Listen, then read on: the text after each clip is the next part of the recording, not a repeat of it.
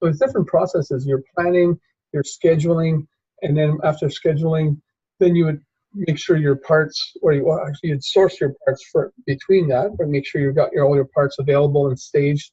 Then you'd schedule them to the appropriate days that make sense for capacities and parts are available. And then you would hand out the work orders, so you print them, hand them out, the jobs get executed, and then when they're finished, they get through the closeout and making sure everything's like time confirmed and so on. Notification data is put in and everything.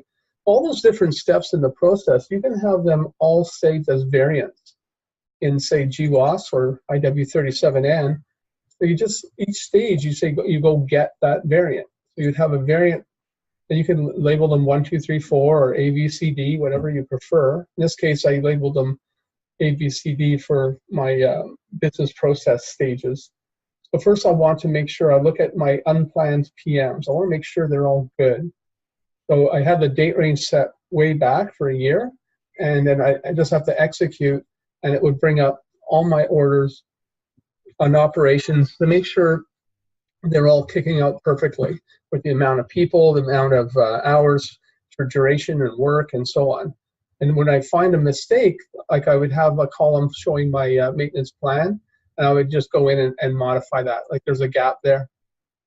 So you can make a variant that just brings up where the gaps are and then just fix the gaps. So you're constantly improving on your plans. And then if they're missing parts, these ones have no materials, NMAT. And if they have parts, well, once you release them, that would be a stage later on, then you'd see if they're missing parts, you'll see the MSPT status when it's missing parts. So you need to figure out when you can schedule that, when you're going to get the parts so you can expedite and so on. So that would be the first stage. I make sure these are planned. And I go and get my variant for the next stage, make sure my PMO2s and so on are also properly planned. And then I would go into the next stage of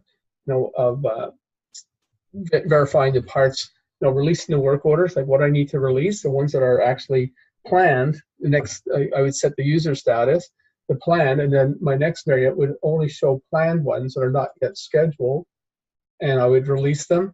So I'm only looking for release work orders that are not planned, so the status excluding planned.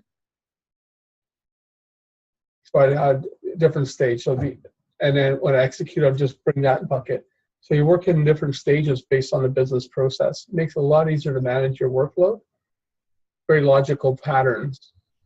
Hope that helps.